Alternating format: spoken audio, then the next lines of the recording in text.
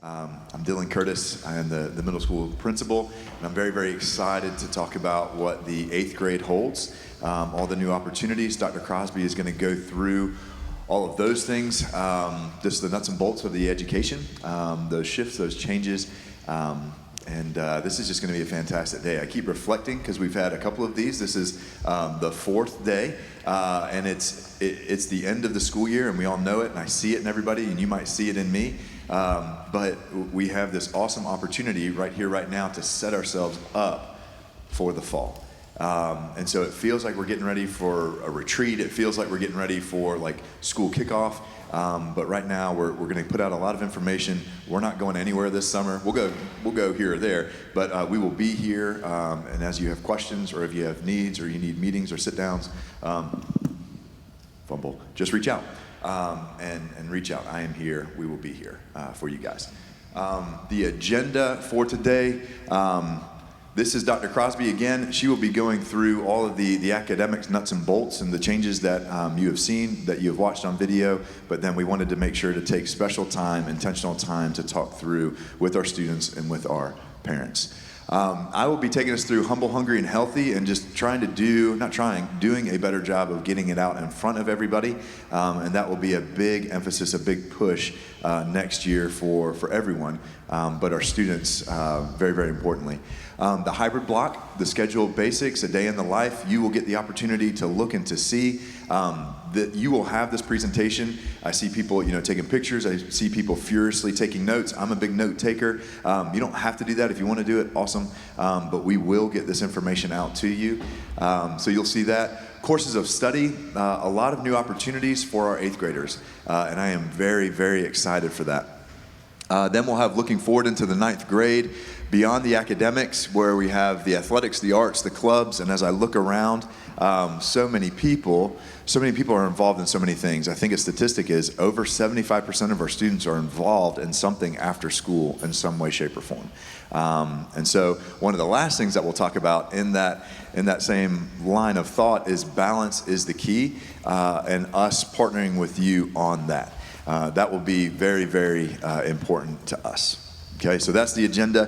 What I'm going to do is I'm going to go ahead and open us up in prayer, first things first, and then we'll get rolling into the Humble, Hungry, and Healthy. Father, thank you so much for this morning. Lord, thank you so much for all of these days and all of these moments that you've given us.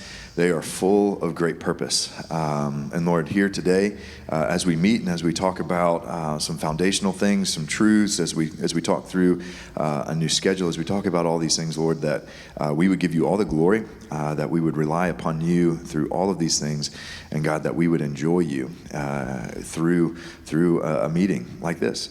Lord, help us to continue to build a community, to welcome new families in, to just extend ourselves to one another. Lord, we praise you that we have hope to do all those things through you. Amen. If you had the opportunity last night, was just one of those great things. We had the athletics last night and the celebration of all of those things, and we just continue to look around and just continue to see this huge desire for community. And that is, someone's excited. That is just what it is that we're desiring to do. So as we get into it, I've printed it off on this paper, or else I could go on and on and on. So these are at the bottom you have Humble, Hungry, and Healthy, and those are our sustainable values. So in order to sustain, in order to go through day by day, in order to do those things, those are the measurements, or those are the things that we work within, and that's everybody. So Humble, Hungry, and Healthy, and then we're building into our school's core values of culture, stewardship, and then striving for excellence. So I want to take a moment just to talk about that, because I'm hoping that your son and daughter will just be talking about that a lot. So as we look at the top, that excellence, fulfilling your potential, one of the things that I know that is a biblical truth is that we were all created for amazing purpose.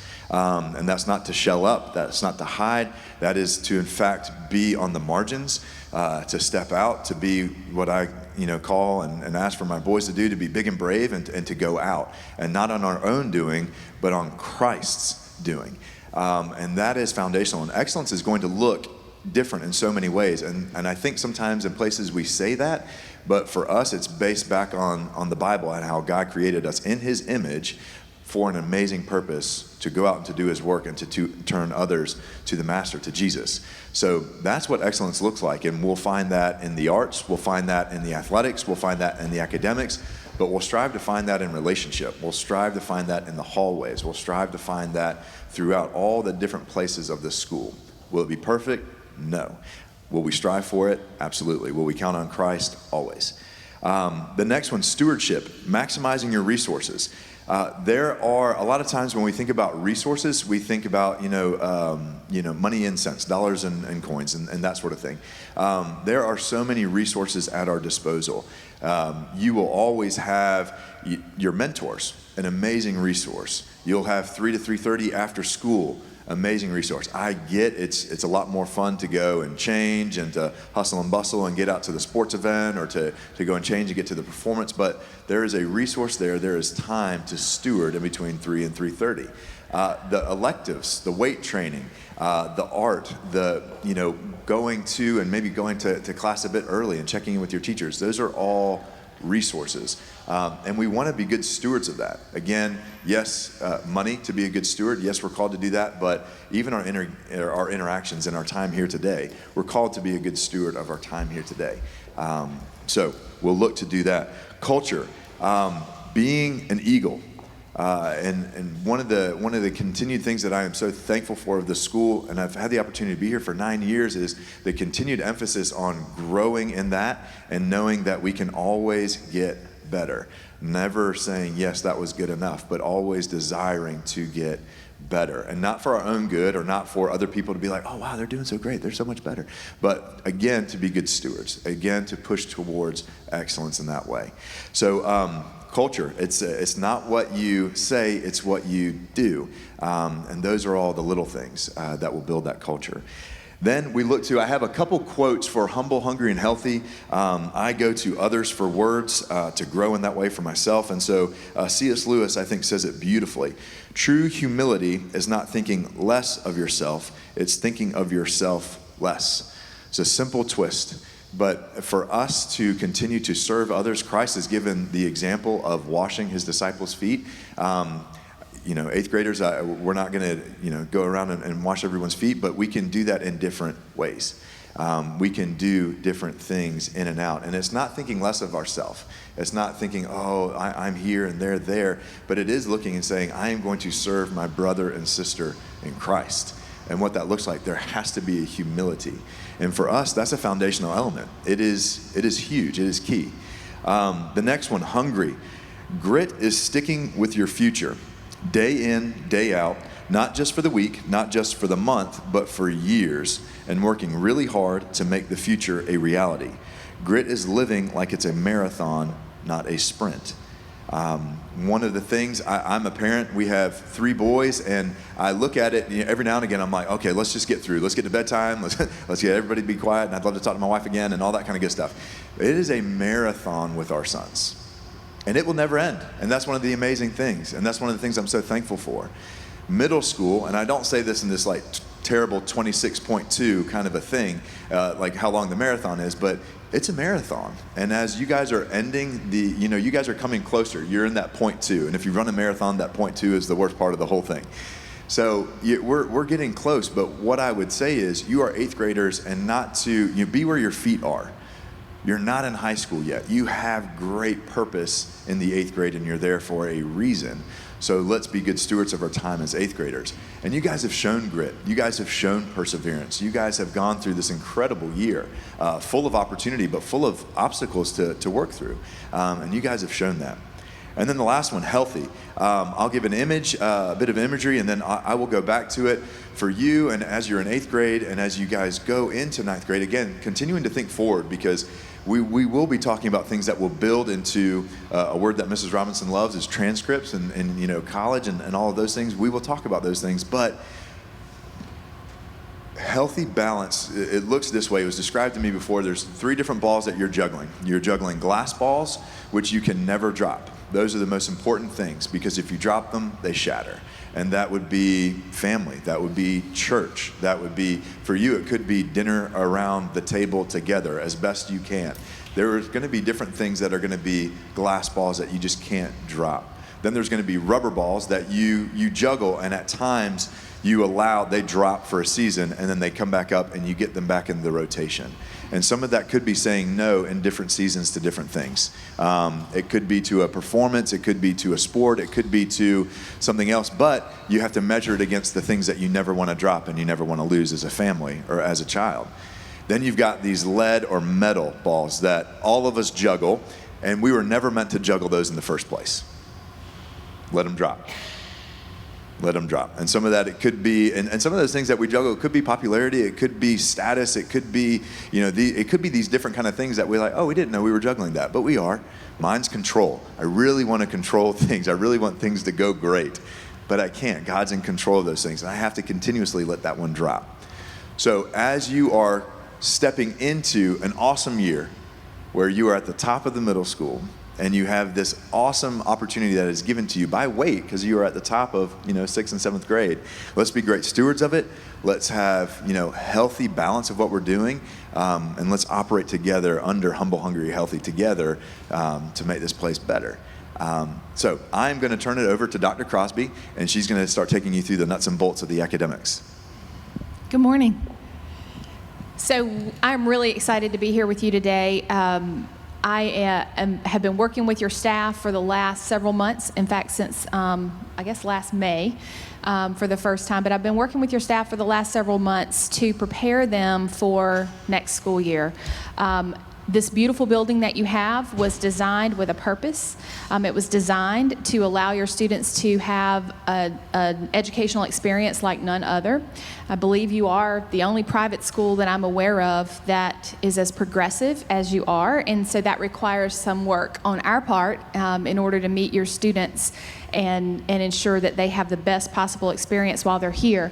So 8th grade has lots of great opportunities next year, and I want to discuss two pathways that are potential pathways. All of your students are new to me, so I know them on paper, and I know their data and their scores, but I'm just, with the mask coming off, getting familiar with the full face and who is who here, so it's nice for me to see parent and child together too. It's super helpful. The first schedule basic that I want to talk about is just the traditional 8th grade pathway. And most of our 8th graders will fit into this pathway, and that is that they will take 6 classes next year. One of their classes will be what we call a block, and that means it's about an 85 to 90 minute period of time that is called humanities, and that will be a partnership between their ELA instructor and their social studies instructor. Those two teachers will plan together. They will plan projects that are centered around different historical themes, and the novels and the writing and all of the ELA experiences will be tied to those themes. So that, again, will take place for the entire year. They will be in that block with 2 instructors, one focusing on delivering social studies content, one on ELA, but both working together to collaborate and create an experience that is authentic in the classroom. The second type of class that most of our 8th graders will have are called skinnies, and that means that we take the block and we divide it in half, and they'll have math and science, Bible, and their STEM or technology class in the skinny period, and they'll do that all year long for 180 days, but those class periods, again, are shorter. They're part of the block. And there'll be one teacher that is in that classroom with them. Related arts can look one of 2 ways for 8th grade. One is that they could rotate between all 4 of the related arts: art, music, PE, and theater. If that was an option they wanted to take, it's available to them. Another option for 8th grade is specialized related arts. So for example, do I have any student athletes in here this morning. So if you wanted to take strength and fitness, you would be able to take strength just like the high school students now take a weight training class. So that's an option for you in the 8th grade now.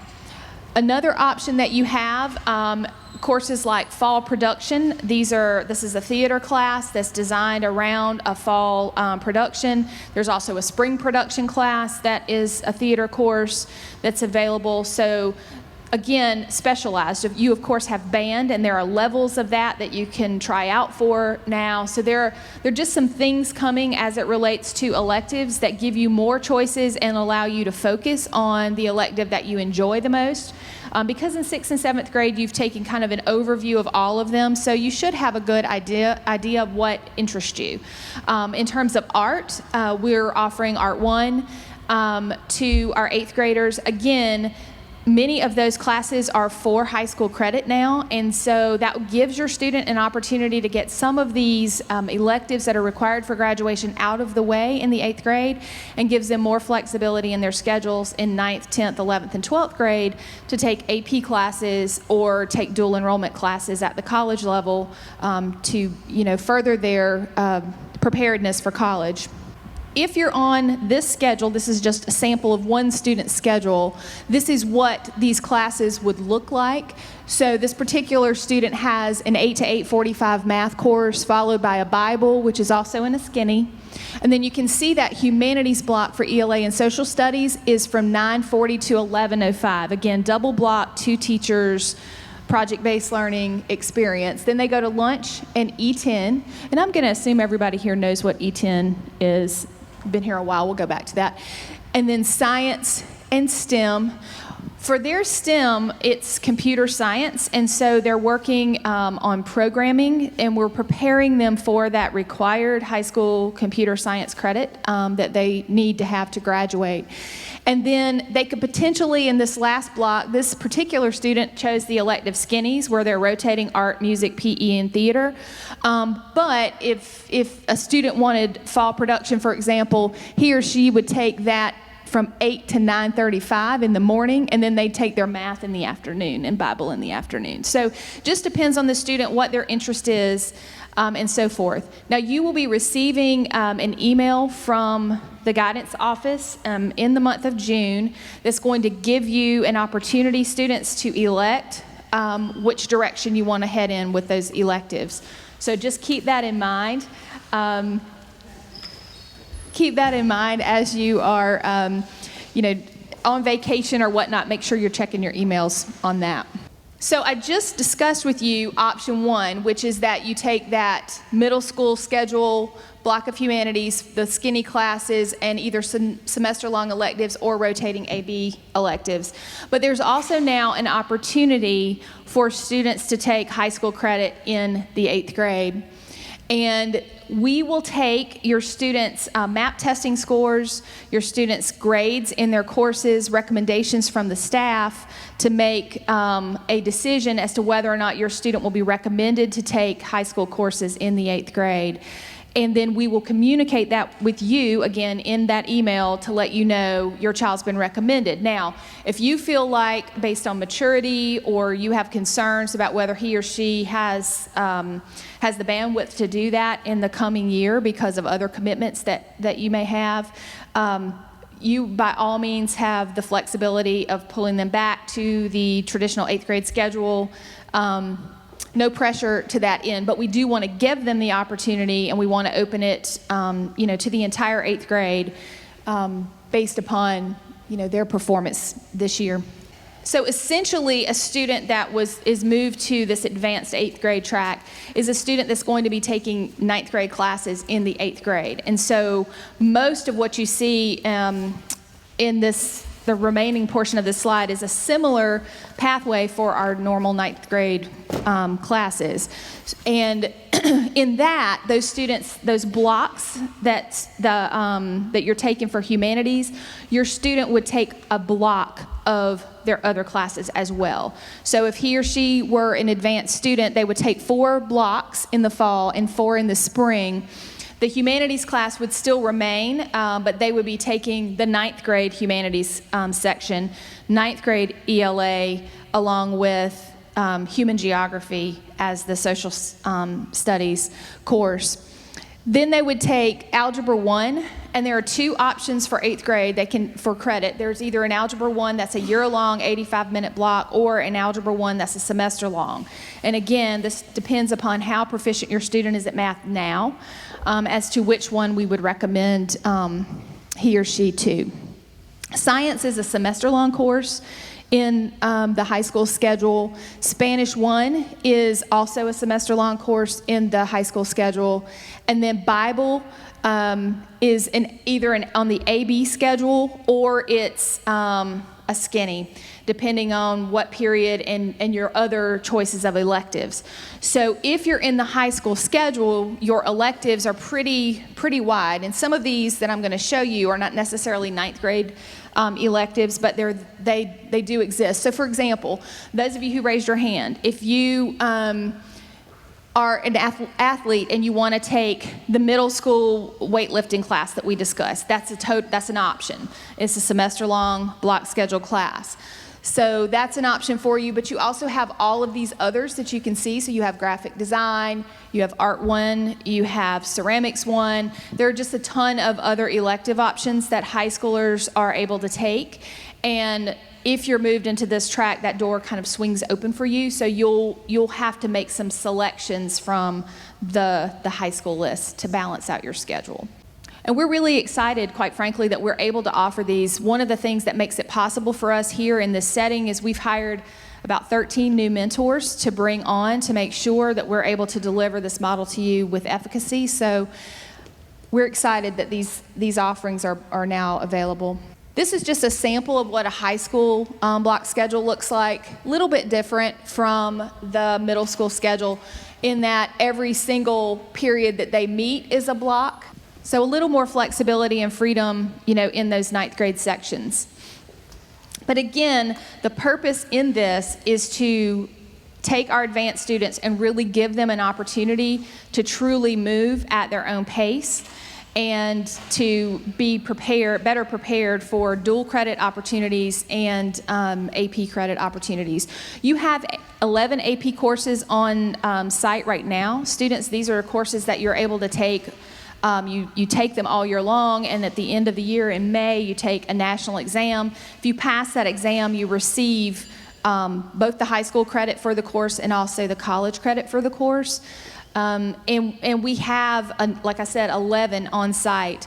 Those courses are really intense, and they require a lot of work on your part. And that's why we feel like the early preparation and tracking you into that pathway as soon as possible is better for you, because it gives you an opportunity to spread out your workload over the 9th through the 12th grade year in a way that helps you maintain balance. The other thing that is exciting, and I want to point out to you, it's early, too early for our 8th graders to take these courses, but if we're thinking about whether we want to advance our students, you need to know that this is an option. We now have a partnership with the University of South Carolina, our neighbors, to offer dual enrollment courses. There are 68 dual enrollment courses that are available in the state of South Carolina, and that means that there are 68 courses that have been approved for transfer to other colleges and universities through the University of South Carolina network, and our students qualify to take those courses. So our goal and objective is to make sure that our advanced students have an opportunity to take these courses early so that they qualify for dual enrollment early, and it gives them an opportunity to take as many college credits as possible during the high school years to really cut the cost of college and also cut the time, because a lot of our students want to go on to law school or for their master's degree or to med school, and if you can cut a couple of years off of that process, you're really placing your student at an advantage. So that's an option for us. Another option for students is we have a partnership now with TCL. They have a number of certificate programs that are interesting. There's a new culinary arts center, for example, that's being built over by the Don Ryan Center here in Bluffton. So we have opportunity to send our students over for culinary arts electives now. They have engineering electives on their site. They have business electives. So there are some other things that may give your student an opportunity just to explore possible career pathways while they're in high school and really help them make a better decision as to what college they may want to go to in the future.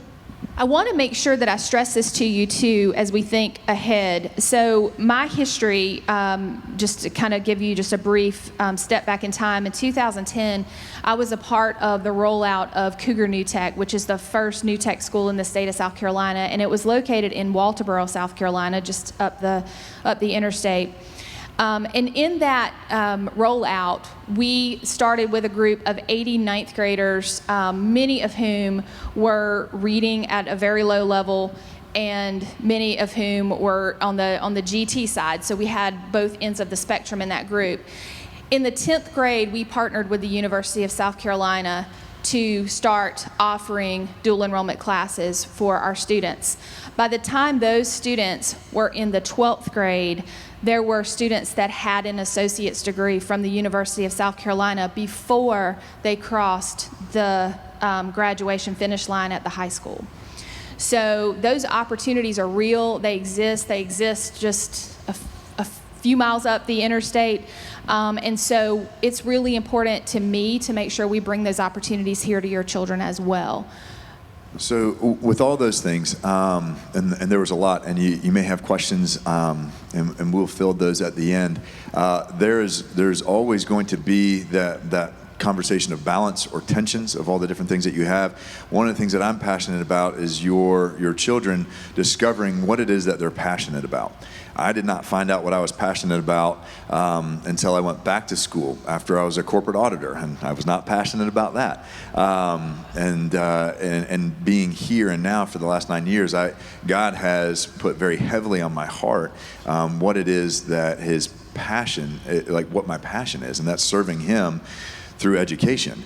And so I describe that journey of picking up lots of different rocks, and it's kind of difficult. You kind of bend down, you pick them up, you look at it, and sometimes you're like, that is it, but it's difficult doing it. And so what we would like to be able to provide to your children is the opportunity to begin discovering, picking up the different rocks, and that could be in the arts, that could be in the athletics, that could be in the academics. It could be all of those things. It could be about dual enrollment. It could be TCL. There's so many different paths for your children to take, but we want them to have the opportunity to begin to discover them. And we want, as they are discovering them, we want to be there. We want to continue to turn them to Christ, and we want to continue to pray over them. We want to continue to partner with you guys as they go through that, because some of those might be difficult. It was awesome to change and to go into education and then to do that, but it was difficult, and it was hard, and it was trying. But it was still, again, part of that journey of being here, leading here.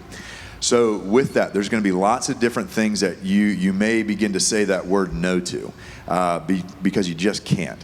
My children in the room, my rising 8th graders, your parents are going to be the best gauge of that, where they're going to say, hey, you are stretched too thin, but I want to do this, but I want to do that. Yes, you probably want to do it all. I feel like I want to do it all. I get that. But there's going to be things that you're going to have to, give a full stop no to. And there's going to be different seasons for different things. And those are the things that I'm excited about you to have those conversations, because those are lifetime conversations. I'm still having those conversations. My wife and I have those conversations, and we're beginning to have those with our sons. The considerations, just to think about the cumulative workload. We're here as rising 8th graders, and we're talking about all sorts of exciting things, but we're also a trajectory to what does it look like. And I picture your children like this. What does it look like when they are going to be crossing the stage? What does it look like when they're 17, 18, and they are getting ready to jump out? And so the cumulative, the workload or the stress, and just being able to balance those kinds of things. Outside activities, your family priorities.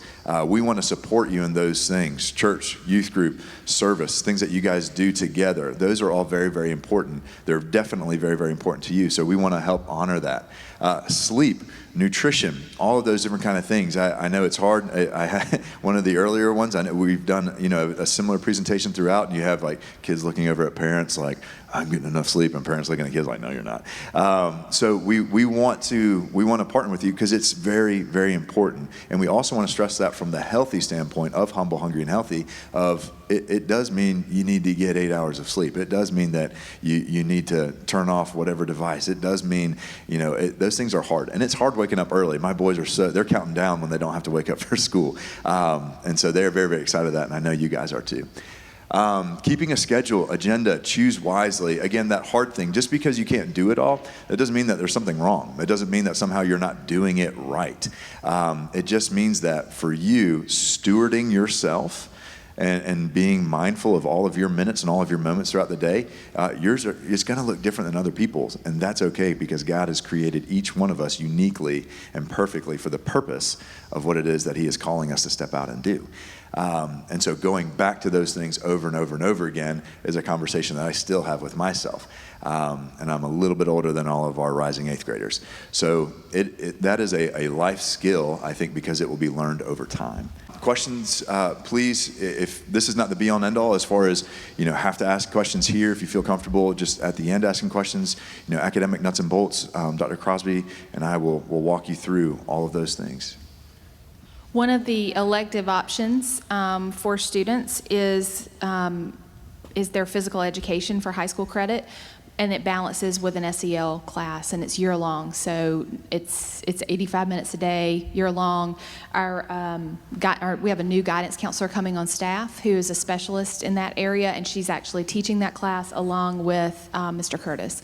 So they'll be working with Coach Thine and teaching that course. So all of our 8th grade students have an opportunity to explore that for the year. What if they don't opt in?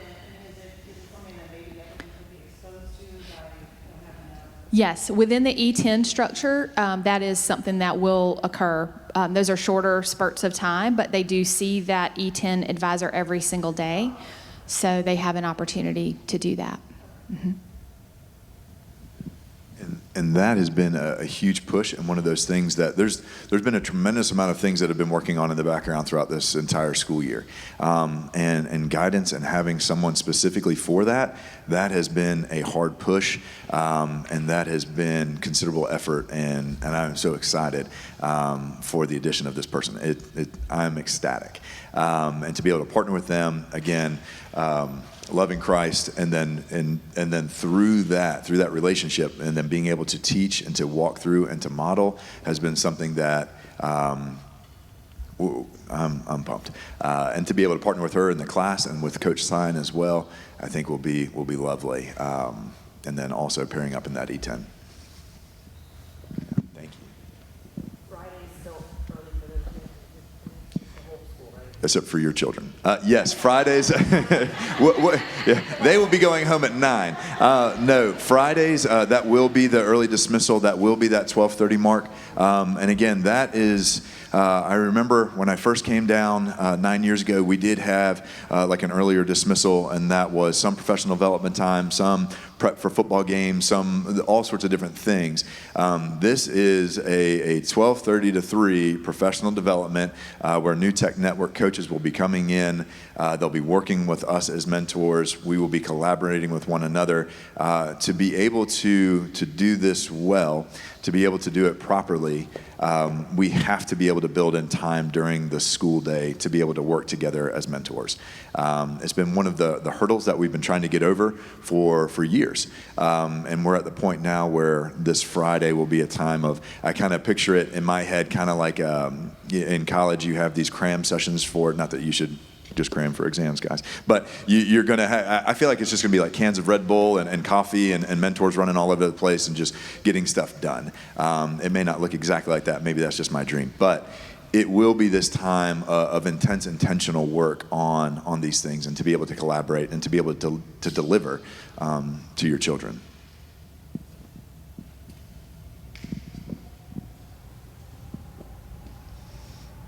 A glimpse into my Bible class. So here's what we've got. I am going to close us in prayer, and then again, I go searching for words. I don't have them all, and so there's a prayer that I'm committed to for praying. It's an excerpt out of it. It's a Puritan prayer out of the Valley of Vision, and then in that. It's one of those things that we're striving, and I am praying over your children. So I'm going to just read this, and then I'm going to close, and then I thank you guys so much for just making this a part of your morning today. May my lips be a well-tuned harp to sound thy praise. Let those around see me living by thy Spirit, trampling the world underfoot, unconformed to lying vanities, transformed by a renewing mind, clad in the entire armor of God, shining as a never dimmed light, showing holiness in all my doing. So as I think of my sons going out, that is my prayer for my boys. That is my prayer for your children, is as we go out, the world continues to throw all sorts of things at your children. And then for us to be able to do that with the armor of God, the entire armor of God, to be able to trample those things underfoot will take considerable effort and us counting on Christ to show up, which he always does. But for us to do that. We have renewed minds. My favorite line is shining as a never dimmed light. My prayer is that as we grow, sometimes our light dims. And my prayer is that for your sons and daughters is that this is a place where their light does not dim, that they are a beacon, that they are a lighthouse, and people are drawn to them, and that they not only just absorb that, but they turn others back to Christ. So I am so thankful for you. I'm thankful for your children. I'm excited to see them in that 8th grade role. I will close this in prayer soon. We'll be having chapel, so it's about to get busy and kind of loud. But I'm going to go ahead and close this in prayer. Father, thank you so much. Lord, thank you for education. Thank you for this school, and thank you that we continue to make a stand for you, and that we look to strive for excellence in all the things, because you call us to do that. So, Lord, I praise you that we can pray publicly, that we can share God's word, that we can have chapel, that we can sing, that we can worship, and we can do so in the open. And so, Lord, I thank you for that. Help us, Lord, to just come to your feet continuously. Lord, I just do pray for these young guys and young girls, Lord, that their light would never dim, and Lord, that you would just protect that. And so, Lord, I thank you so much for this opportunity to come together in fellowship here this morning. Amen. Thank you so much for attending this morning. Hope you have a wonderful day.